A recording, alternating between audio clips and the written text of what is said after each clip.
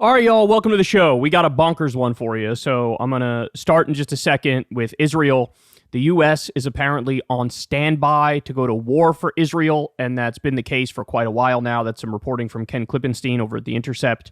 We also have the IDF dressing up as doctors and murdering 3 Palestinians in a hospital in the West Bank.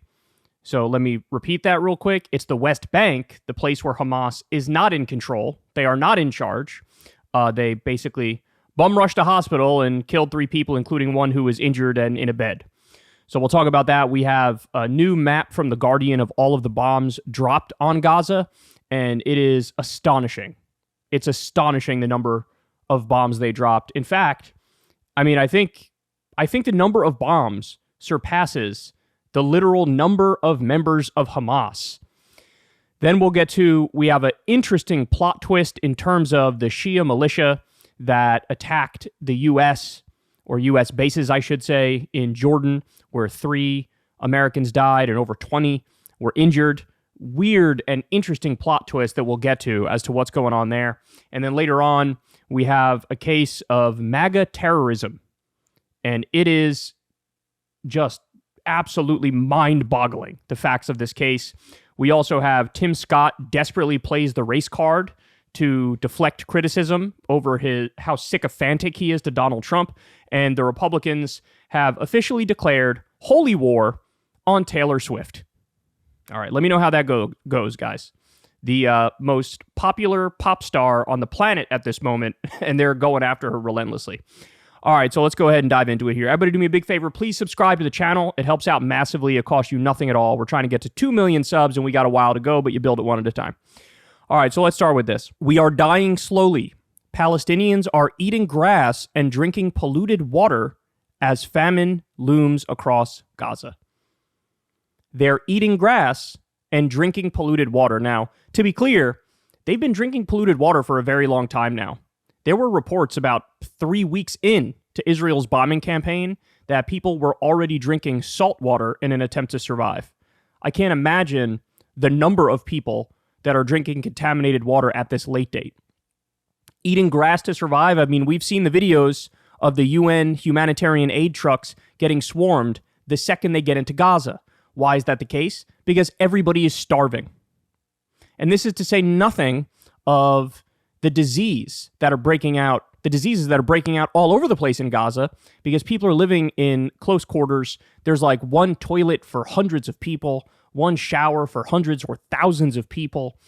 You still have the medieval siege going on. No food, no fuel, no water, no electricity.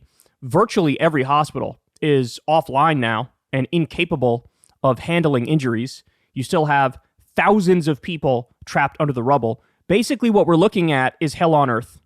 It's hell on earth. Now, by the way, so I have some numbers for you as to the death toll, but you have to keep in mind, guys, the infrastructure has totally collapsed. So there is nobody to actually keep official count and track of the number of deaths and the number of injuries. We've stalled out at this number. And it's not because the killing has stopped. It's because the ability to count the dead has stopped. So it's the same as last time. The numbers we got were from January 25th. It is now January 31st, and the numbers haven't budged. And that's not because more people aren't dying. They are. But we have about 33,360 dead Palestinians. 30,571 of them are civilians. Look, my guess is that number in reality is over 35,000 or maybe even over 40,000. There's 13,000 dead children, 64,150 injured people, 117 journalists who've been killed. Of the 2.3 million people in Gaza, 2 million are displaced. And the list goes on. 75,600 completely destroyed homes, 196,700 partially destroyed homes. If you want to read the rest of this here, you can pause and go through it. But the numbers haven't changed from the last time, and that's because the ability to count has ceased to exist.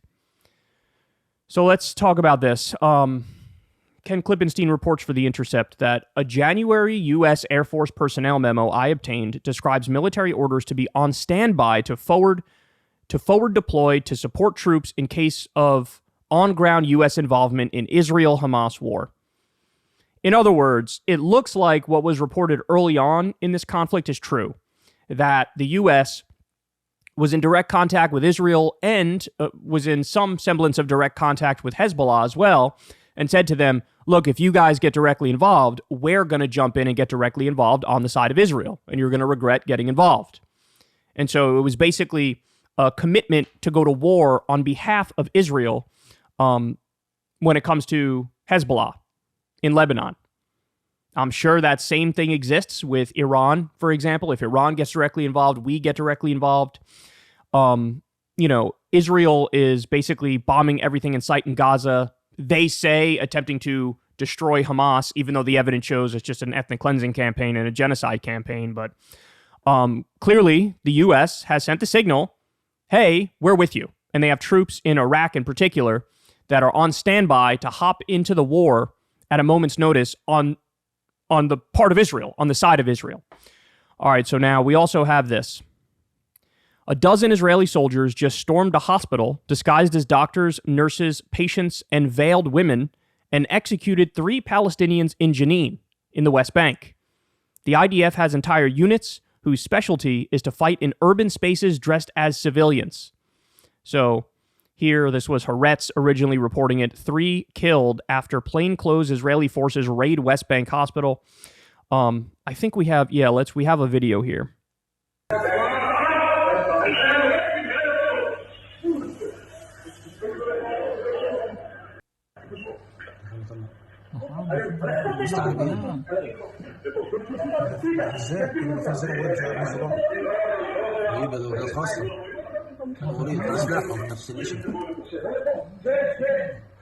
سؤالك اكيد لك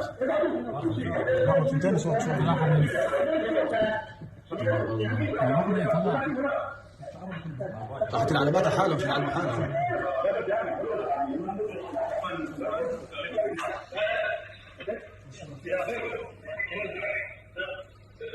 السلطه كانت حمايتهم عساكر 2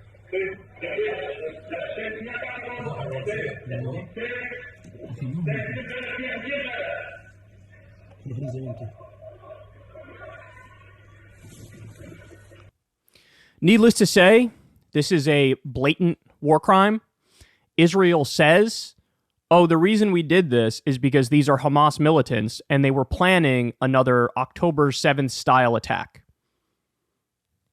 I'm going to leave that up to you whether or not you believe it, but let's reiterate. This is in Jenin, in the West Bank, in a hospital, where one of the people is injured and bedridden. So it's a war crime by definition, but also, I'm going to need a little more evidence than, trust me, bro, October 7th, trust me, bro, Hamas planning another high-level attack, as North Gaza has been wiped off the map. So, amazing. Now, the U.S. was asked about this, and you're not going to be surprised to see that this loathsome scumbag does a tap dance and a jig to try to get out of stating the obvious. Okay, and then my second thing, which is related but not UNRWA, which has to do with this operation that the Israelis launched in Jenin, the hospital today. What do you have any comment on that? Is this something that you think is problematic, or is it something that you look at with envy? Like this is some kind of great Mission Impossible mission that we wish that we could also do? So I'd say that we strongly urge caution whenever operations have the potential to impact civilians and civilian installations. That, of course, includes hospitals.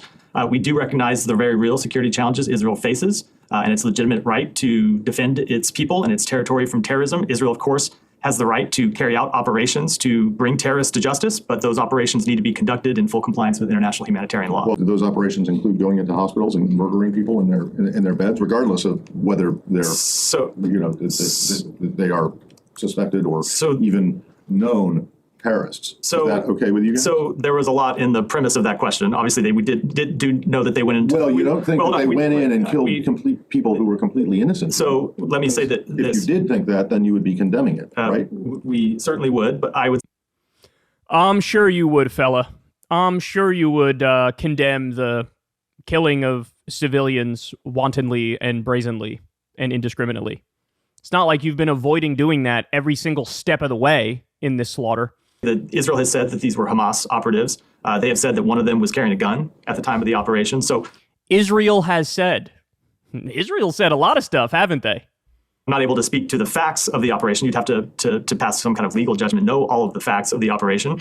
But as a general matter, they do have the right to carry out operations to bring terrorists to justice, but they need to be conducted including in hospitals. So we want them to conduct their operations in compliance with international humanitarian law. We would generally say that we don't want them to carry out operations in hospitals, but under international humanitarian law, hospitals do lose some of their protections if they are being used for the planning of terrorist operations, for the execution of terrorist operations. The actual hospital building does, but I mean, going in disguised as women and doctors and whatever is something different, and then going in and picking out people in particular rooms and particular beds and killing them seems to be something different.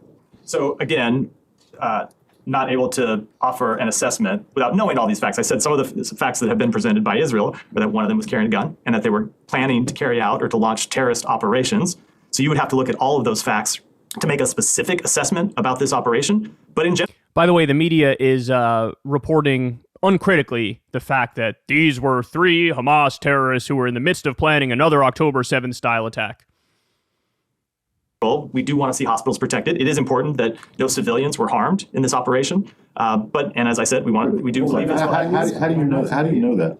There have been no reports of civilians who have been harmed in this operation. I mean, what do you even say at this late date? What do you even say? Is astonishing. Just flip the roles here. Hamas dresses up as IDF soldiers, storms into a hospital in Israel, kills 3 people, including one person who's injured. How would the U.S. be talking about it then? How would Israel be talking about it then? Brazen war crime, terrorist attack, no humanity, no decency. Flip the roles, and it's do a little tap dance and a little jig to try to get out of stating the absolute obvious point. Now, this might be the most important thing that you're going to see in this segment that I have to share with you. The Guardian created a visual map of the scale of destruction in Gaza. Okay? Homes, mosques, libraries, churches, schools, universities, everything that makes civil life possible. We talked about how they've been bulldozing cemeteries. Look at the scale of this destruction. Look at this. All the red is that which has been destroyed. All of the red. Look. Wait till you see this last picture. Ready? Look at that. Remember when we were told, hey, civilians have to go from the north to the south because the north is where we're going to do our operations. That's what the IDF said.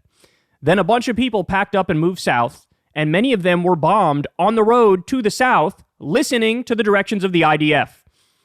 Then, when they got to the south, they were continuously bombed. And also, might I add, the total medieval-style siege with no food, no fuel, no water, no electricity, etc. for 2.3 million people, that also applies to the south. So there is no safe place in Gaza. Look at the red on this map. Look at the red. Does this look to you like a quote-unquote hunt for Hamas? There's 2.3 million people in Gaza, or there was. There are 30,000 Hamas militants out of 2.3 million people in Gaza. Think of those numbers and look at this map. Look where the red is. You tell me if this is proportionate. You tell me if this is legal. You tell me if this is anything else other than genocide and an ethnic cleansing campaign. And I struggle to wrap my mind around the fact that anybody can look at this reality and not come to the clear and obvious and plain-faced conclusion. But they're out there. They're out there. I don't know whether these people are lying or if they're just the biggest idiots on the planet. But at this point, you have to either be lying or the biggest idiot on the planet to not take away the clearest conclusion of all time. All right. So look at this. The influential Israeli settler movement, the driving force that helped bring Netanyahu into power, constantly makes clear that the ethnic cleansing of Gaza is their goal. It's unabashed, open, and Western officials shamefully try to minimize what it reflects. And so you could see here from Yishai Flesher, international spokesman for Hebron, won a Zionist award. Apparently the New York Times had him write an op-ed. The de-jihadification of Gaza and the rebuilding of that beautiful ancestral Judean land has begun. In other words, yeah, we're going to resettle Gaza. We're going to resettle Gaza. By the way, there has been conferences in recent weeks where you have all the extremists get together and talk about exactly how we're going to resettle Gaza. And you have top Israeli officials who are at those events.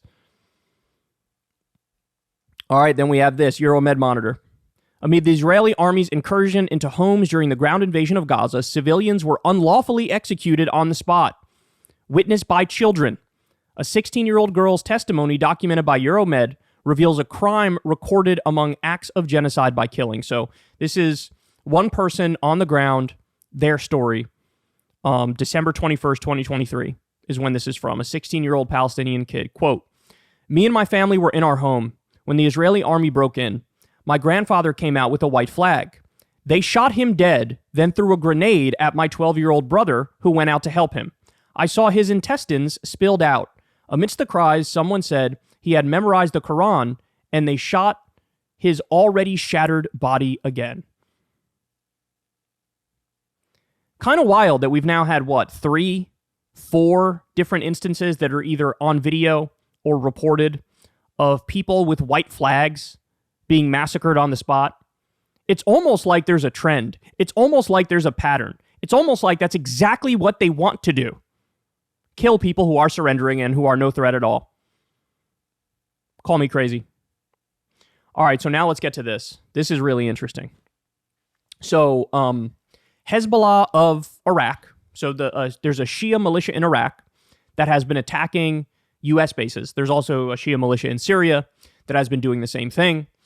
And apparently, the group that recently attacked the U.S. base in Jordan, close to the Syria border, where 3 Americans died and over 20 others were injured, that group has now come out and said, okay, we tap out. We're going to stop our attacks on the Americans. Quote, "The Islamic resistance has made its decision to support our people in Gaza without any interference from others. Our brothers in the Axis, especially in Iran, do not know how we work jihad and have often objected to our escalation. We announced the suspension of military and security operations against the occupation forces in order to embarrass the Iraqi government. We announced the suspension of military and security operations against the American occupation forces, and we will continue to defend our people in Gaza in other ways. We advise the Mujahideen of Kataib Hezbollah to temporarily defend passively if any hostile American action occurs toward them." So when you're reading this, you're probably, what the hell? How did this happen? The people who just attacked U.S. soldiers are now coming out and being like, all right, we're done with that. We're not going to do any more. Look, guys, the answer is actually very simple. My guess is this. It is true when the media says that these various Shia militias throughout the Middle East, they are funded, at least in part, by Iran, the Shia theocracy. And after this attack where American soldiers died, we reached a fever pitch in the U.S. where the media and politicians from across the aisle were saying to Biden, it's time to actually go and attack Tehran in Iran. It's time to bomb Iran proper. And so we got to a point where it's like, well, I don't know what the hell Joe Biden's going to... I still don't know what Joe Biden's going to do. If he's smart, he'll do nothing and cut and run and tell Israel to stop slaughtering Gaza. But what's more likely for him to do is bomb these Shia militias. Is he dumb enough to bomb Iran proper and start a hot war with Iran right before the election? I hope he's not that stupid. He's surprised me before. To be fair, he surprised me in every which direction. He surprised me at times with stuff that's half decent, and he surprised me at times like, I don't know, backing Netanyahu's genocide in Gaza. So I don't know what he's going to do. But what happened here, my guess, is the government of Iran reached out to the Shia militias, reached out to their proxies, and said, you fucking idiots, you're going to get us attacked and killed. They're going to start a hot war with us. We don't want that war. So now you're going to go out there and you're going to say, no more attacks on the Americans, right? They're still saying, oh, we'll protect our brothers and sisters in Gaza, but no more attacks on the Americans. And the very first thing they say in their statement is, by the way, Iran did not okay this. We made the decision ourselves. They disagree with a lot of what we do. They disagree with our escalation. That's their words, not mine. So my guess is the government of Iran is panicking because they think, oh my God, the Americans are going to attack us now. And they're telling the Shia militias, you're going to take responsibility. You're going to take accountability. You're going to go out there and say, we're not attacking Americans anymore. And you're going to go out there and say, This has nothing to do with Iran proper. So that's really interesting. My guess is this statement will not save the Shia militias in Iraq from feeling Biden's wrath very shortly. That's my guess. Again, I think it's most likely Biden responds to the attack on the U.S. base by really doing a show of force against the Shia militias in Iraq and potentially Syria. I hope he's not dumb enough to go bomb Iran proper. I hope he's not dumb enough to start a hot war with Hezbollah in Lebanon. But we shall see. All right, so then you have this. This is interesting too.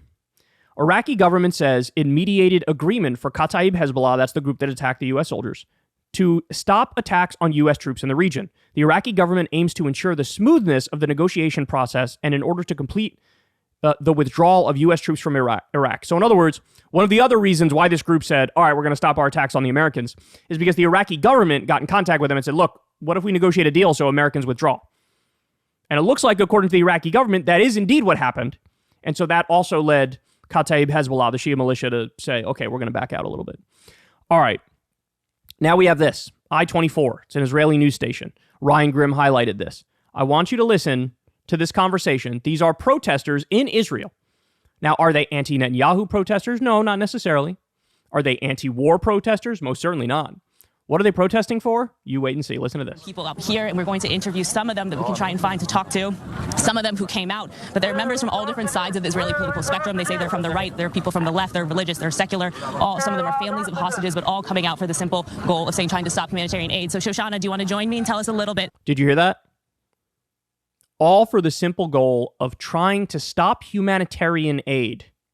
About why you came out here today, why it's important for you to come here and protest. Why do you think they need to stop this aid? Well, all the aid that's going in is going straight to Hamas. It's just supporting the terrorists. I don't see any reason to support terrorism. Nobody wants that. We just want our hostages home. We want to stop Hamas. I don't understand why that's a problem. And I don't see why the state of Israel should be supporting Hamas. Different people up. Palestinians are literally starving to death. As we discussed, they're eating grass to survive. They're drinking tainted, contaminated water. They've had to do amputations on children without anesthesia. 10 a day. 10 a day. Over 30,000 are dead. Over 13,000 children. She says, we want to stop humanitarian aid. Why? Hamas. Again, I have no words. This sort of tribal, black and white thinking is the enemy of all humanity and progress and peace and reason and logic and morality and ethics. It's astonishing. It is astonishing to me. I can't imagine looking at the scale of the devastation and protesting against humanitarian aid. By the way, just so everybody understands, she's getting her way. We discussed this. This was a huge story that came out the other day. 70% of the humanitarian aid that's supposed to get into Gaza is being blocked by the IDF. Why? They're stopping every aid truck. They're unloading everything. And then if they find one thing on the truck that they think maybe theoretically could be used for bad purposes, they say, sorry, this truck is not allowed in. So, for example, a lot of the trucks have tents because these people have nowhere to sleep because their houses were bombed into smithereens. Well, the IDF is saying, well, those tents have pieces that could be used theoretically to make a bomb. So now none of the stuff is allowed in, none of the food, none of the water, etc. Think about that. 70% is being blocked. And it's not because of, oh my God, red tape and bureaucracy, etc. They are doing it on purpose. They want to starve Palestinians. They want to kill Palestinians. They want to do a genocide and an ethnic cleansing, and they're not really masking it. And here she is going, oh, you're blocking 70% of the humanitarian aid? Do 100%. What if that was your family? What if that was your child? What if that was your grandma or mom or dad? Incredible. All right, so we also have this. We talked about the UNRWA scandal the other day, where immediately after the ICJ, the International Court of Justice, the top court at the UN, said it's plausible Israel is committing genocide. Israel comes out and says, how dare you? The UNRWA, which is the branch of the UN that is helping Palestinians the most, they're Hamas. And so now the U.S. should cut funding. Everybody's going to cut funding. And then a bunch of countries said, we're going to cut funding. So the last line of defense between Palestinians and starvation, it's now being defunded. And what was their argument? Well, 12 of the 30,000 employees might be linked to Hamas. So here we go. Look at this. The Washington Post published this cartoon. UNRWA. Connections to terrorists may be closer than they appear. So this vile smear campaign trying to cut off funding to the last line of defense between Palestinians and genocide is being embraced by the U.S. media. Adam Johnson says, it's not hyperbole to say this shit is incitement to genocide.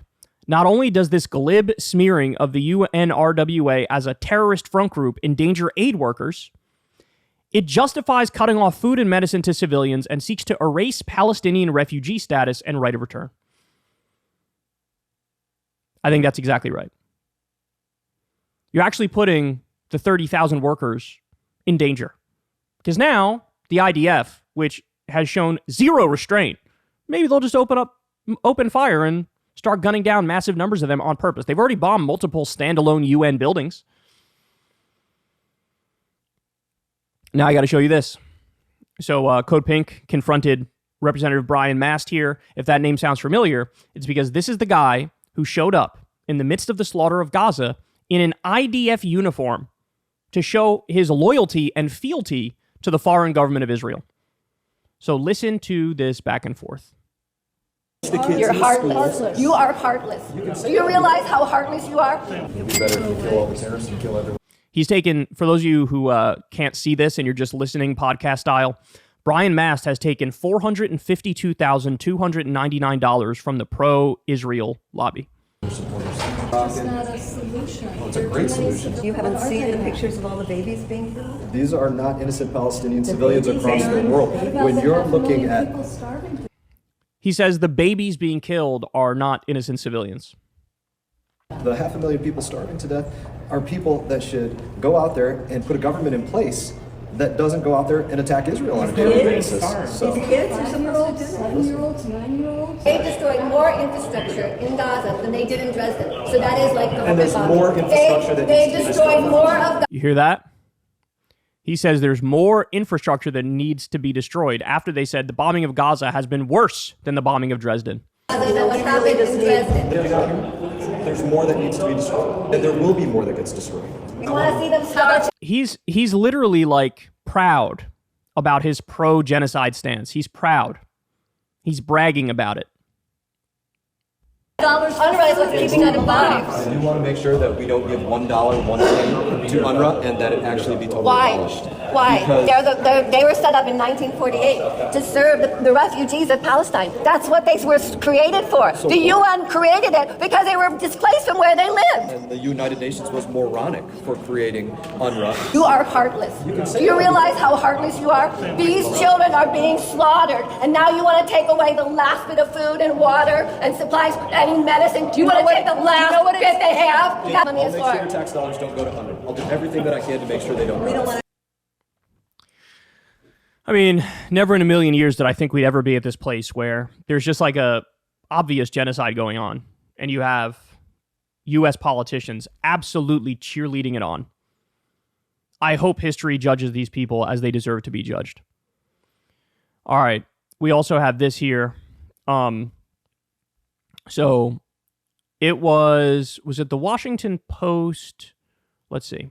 It was the Wall Street Journal. So the Wall Street Journal ran an article smearing the UNRWA and saying they're actually just Hamas. Title is Intelligence Reveals Details of UN Agency Staff's Links to October 7th Attack. Around 10% of Palestinian aid agencies' 12,000 staff in Gaza have links to militants, according to Intelligence Dossier. So Jeremy Scahill chimes in and says, Israel is engaged in a barely concealed propaganda campaign to further starve Gaza and to distract from its own war crimes. Now they've gotten the Wall Street Journal to basically print a press release thinly disguised as a news article about an Israeli intelligence dossier on the UNRWA. So look at this. This is the woman who wrote the Wall Street Journal piece. She was in the IDF. Do you see what's going on here?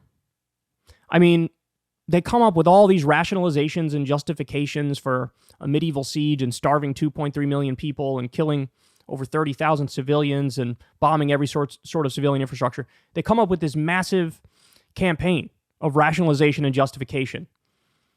And the whole point is to just make it debatable. Make the genocide debatable. It's nuanced, it's complex, we don't really know. And that lulls everybody to sleep. And so instead of walking away with the obvious conclusions and the idea that this needs to stop and it needs to stop yesterday, people kind of shrug their shoulders and we just continue with business as usual. There's a special place in hell for all these people who are rationalizing this. And then finally, this was in Axios. And it's interesting because it really flies in the face of the narrative that many people pushed out there. Biden administration officials believe a ceasefire in Gaza is key to reducing regional tensions. Oh, you don't say! During a previous one-week pause last November, attacks on U.S. forces in the region stopped almost completely. So, again, as Adam Johnson says here, wait, all the smart and savvy, serious foreign policy guys told me 2 weeks ago Houthi attacks had nothing to do with Gaza and that all these theaters of conflict were unrelated. Which is it? So this is the Biden administration acknowledging the obvious reality. Hey, those 150 attacks on U.S. bases in the region, what's at the core of that? What's the heart of that? It's that we are arming and funding and backing Netanyahu do a genocide in Gaza. Hey, the Houthi attacks on the Red Sea, what's causing that? It turns out it's the genocide in Gaza and our support of it.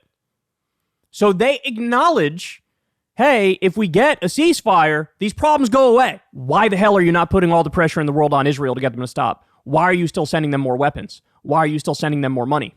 Why are you giving them a green light behind the scenes as you wag your finger in front of the scenes and say, you need to be more humanitarian with your bombing? So in other words, every single thing we said, vis-a-vis the Houthis, vis-a-vis the 150 plus attacks on U.S. bases, it's true. And they know it. They know it. So there you have it, guys. There are your updates. Don't look away. Don't look away.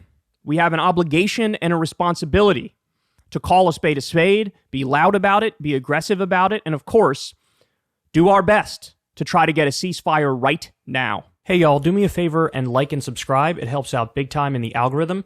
Click the bell as well for notifications when videos drop, and watch that video on screen right now. You know you want to.